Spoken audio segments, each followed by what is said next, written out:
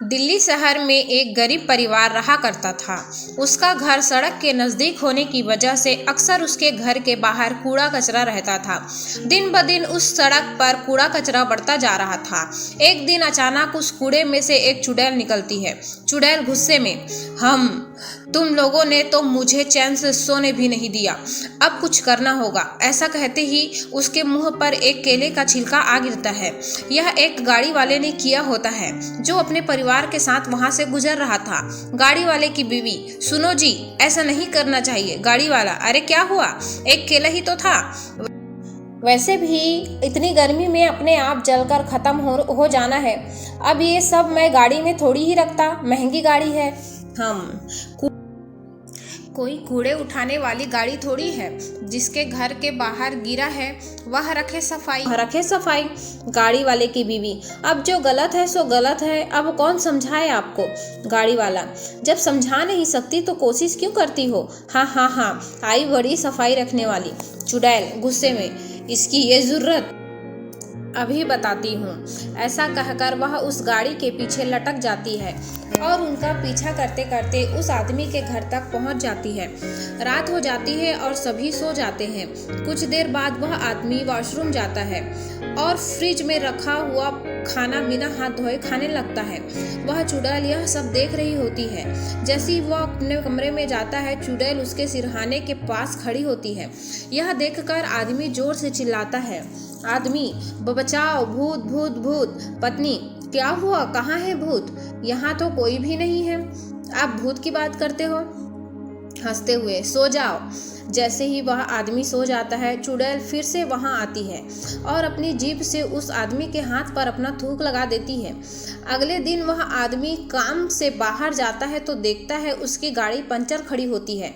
आदमी, अरे इसे भी आज ही खराब होना था, अब इन गरीबों के ऑटो पर जाना होगा। ऑटो चालक, क्या हुआ साहब, नहाए नहीं हो क्या, बहुत बदबू आ रही है। आदमी, तुम अपने काम से काम रखो, बदबू आ रही है, कभी खुद नहाए हो।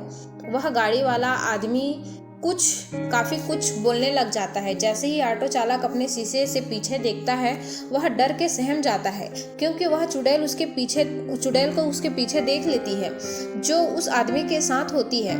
कुछ देर बाद, आदमी, कितना हुआ। ऑटो चालक, 100 रुपया हुआ साहब। ऑटो वाला पैसा लेता है और घर चला जाता है। घर पहुंचते ही उस ऑटो चालक को बुखार चढ़ जाता है। उसका बुखार देखकर उसकी पत्नी परेशान हो जाती है और उसको दवाई देकर आराम करने को कहती है, लेकिन उसका बुखार कम नहीं होता। कुछ देर बाद ऑटो चालक कहता है, ऑटो चालक सांस खींचते हुए, सुनो, मुझे सांस लेने में तकलीफ हो रही है। ऑटो चालक की पत्नी, डॉक्टर साहब आप क्यों नहीं देखते मेरे पति को। डॉक्टर, तुमको नहीं पता कोरोना की बीमारी फैली हुई है, अपनों चारों तरफ देखो, इन सबको बेड भी नहीं मिल रहा है, जाओ किसी और अस्पताल में लेकर इलाज करवाओ। बेचारी पत्नी अपने पति को काफ़ी जगह लेकर जाती है, मगर कोई भी अस्पताल खाली नहीं होता। वह बेचारी थक हार कर नीचे गिर जाती है। कुछ देर बाद उसे जब होश आता है तो उसके आसपास और पेशेंट भी होते हैं और उन सब में वही गाड़ी वाला भी होता है।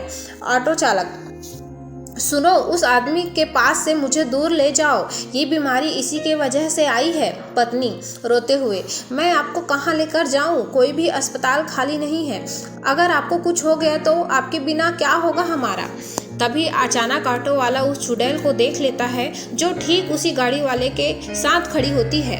ऑटो वाला एकदम डर जाता है और अपनी पत्नी से घर जाने को कहता है। उसकी बीवी ऑटो वाले के कहने पर उसको घर ले जाती है और भगवान के आगे रोने लगती है। पत्नी, हे भगवान, ये कैसी बीमारी बना दी आपने, अगर आज मेरे पति को कुछ हो गया तो हम सड़क पर आ जाएंगे, भगवान कहाँ हैं आप, कुछ तो कीजिए। कुछ देर बाद वही चुड़ैल उसके घर आती है और कहती है, भगवान को दोष मत दो, ये सब तुम्हारा सबका किया हुआ है। अगर अपने आसपास सफाई नहीं रखोगे तो ऐसे ही बीमारियां बढ़ेंगी।